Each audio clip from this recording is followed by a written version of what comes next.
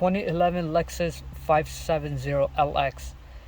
Customer complaint was that car suspension setting was stuck in low position. It would not go in neutral or high position. The toggle switch right there, that'll be low setting, that'll be high setting, and in the middle is neutral. No matter which direction you push the button, car would not go. The suspension setting would not operate. Message was also stating check AHC system and 4x4 system. So car's already been repaired, so I thought I'd just make a quick video of it and go over what we did and how to bleed the system as well too. It's very important when system is fixed and pump is running.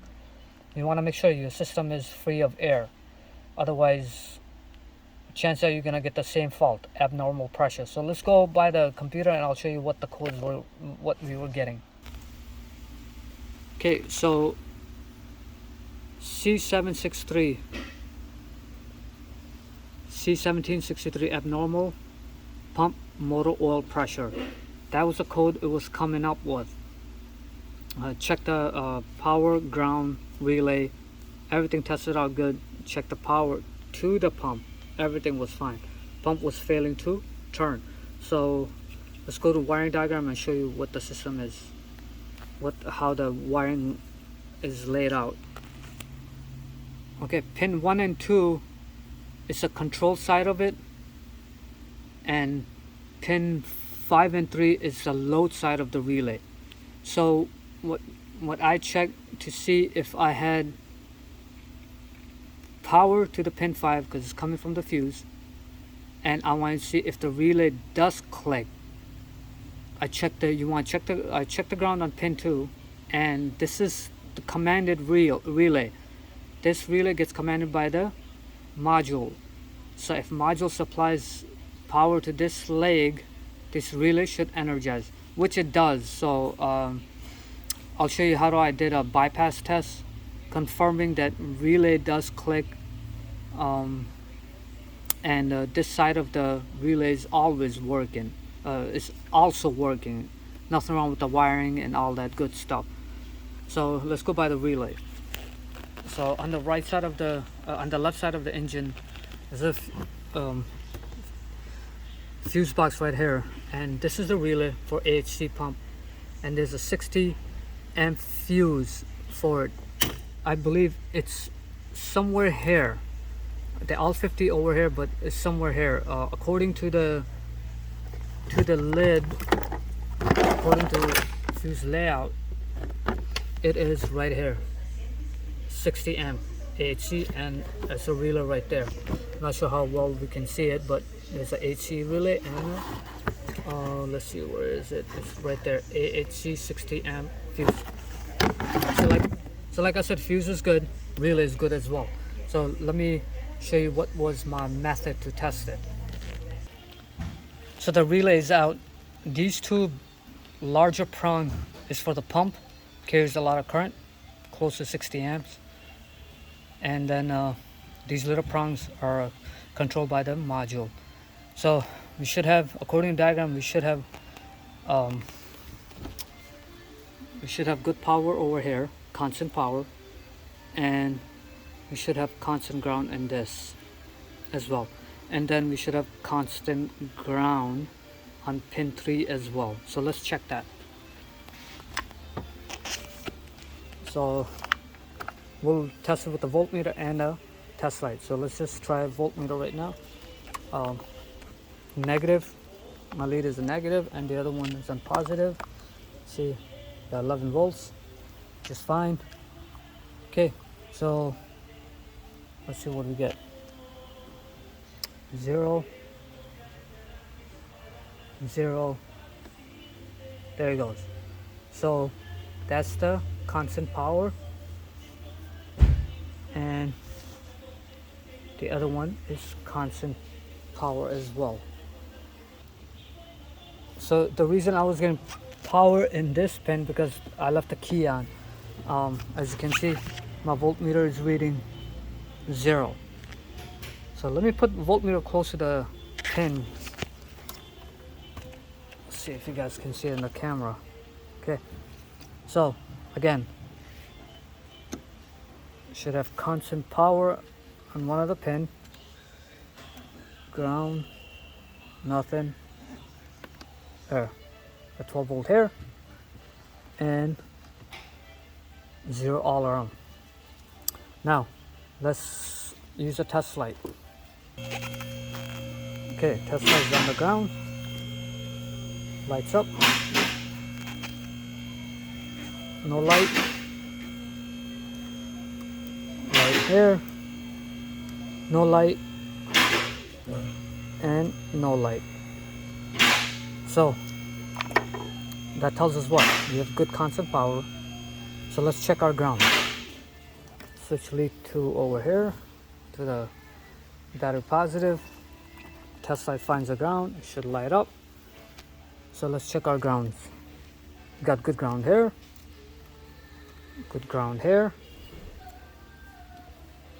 And very light. The light is very dim, so it is finding its path. And this should have no ground. That's the constant power side of it. Again, bright light here,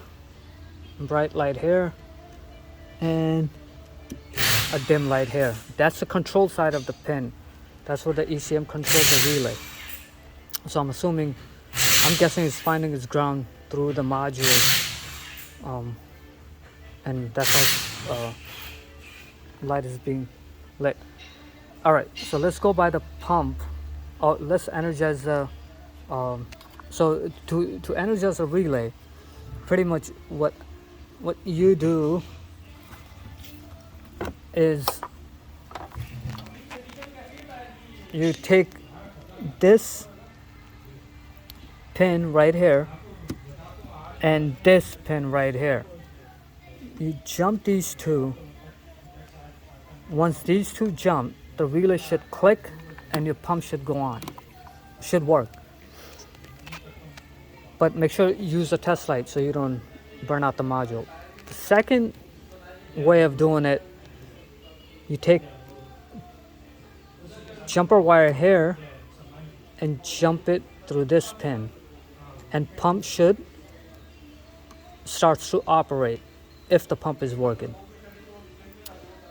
So let's find a jumper wire and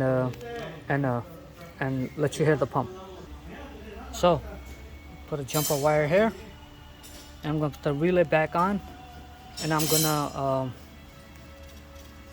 control this relay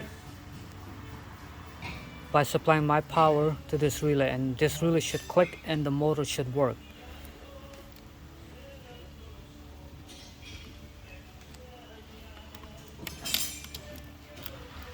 Okay, so the relay is in, and let's put a test light to battery positive. Finds the ground, it works. So let's supply our power to the relay. As you can hear, the relay runs, clicks.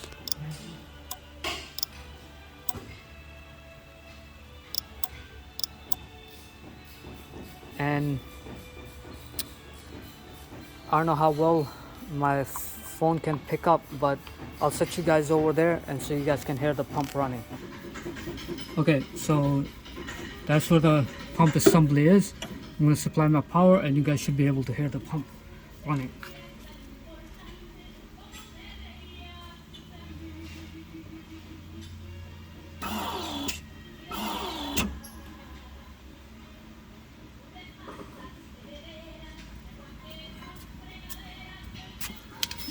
So as you guys heard, the pump is running.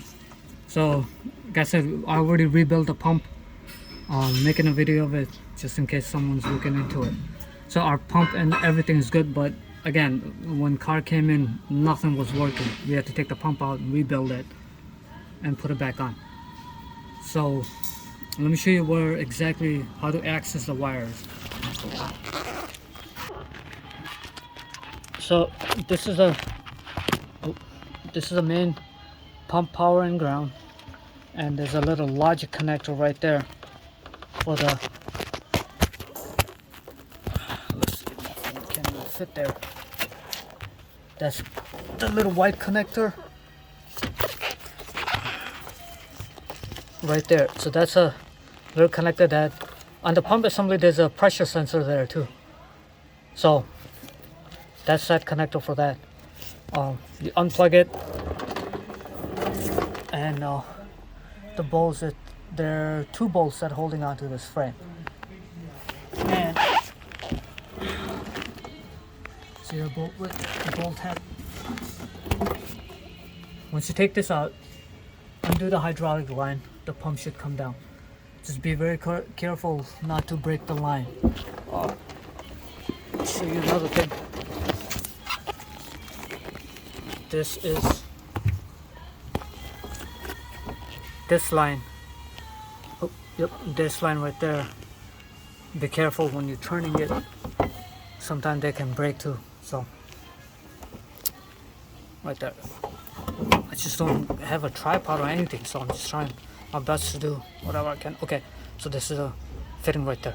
It's a 10mm fitting, and then you undo the line from here. It's a bracket holding on to it, and the pump should come down. So like I said, the pump was out. We rebuilt it, and everything's working as designed. So, oh, another thing I want to show you guys, to bleed the system, show you guys, there are four accumulators for each side. So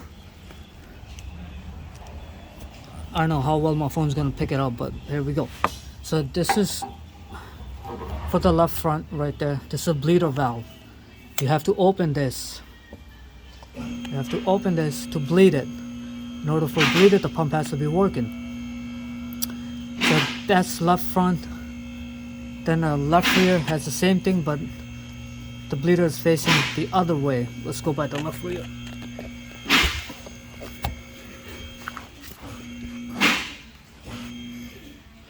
There you go. See that right there? So what you do, you open the left front first, hit the pump runs, let the air bleed out. One solid stream of fluid coming out, you close that, then you move on to right front. Then once you're done with the right front, then you come back to left rear.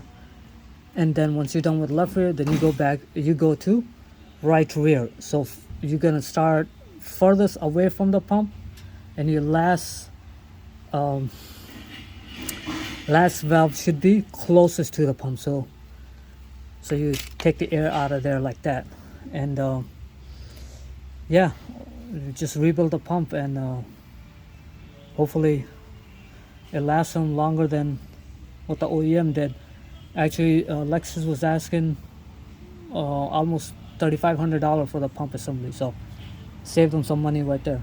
Well, I hope this is it and makes sense.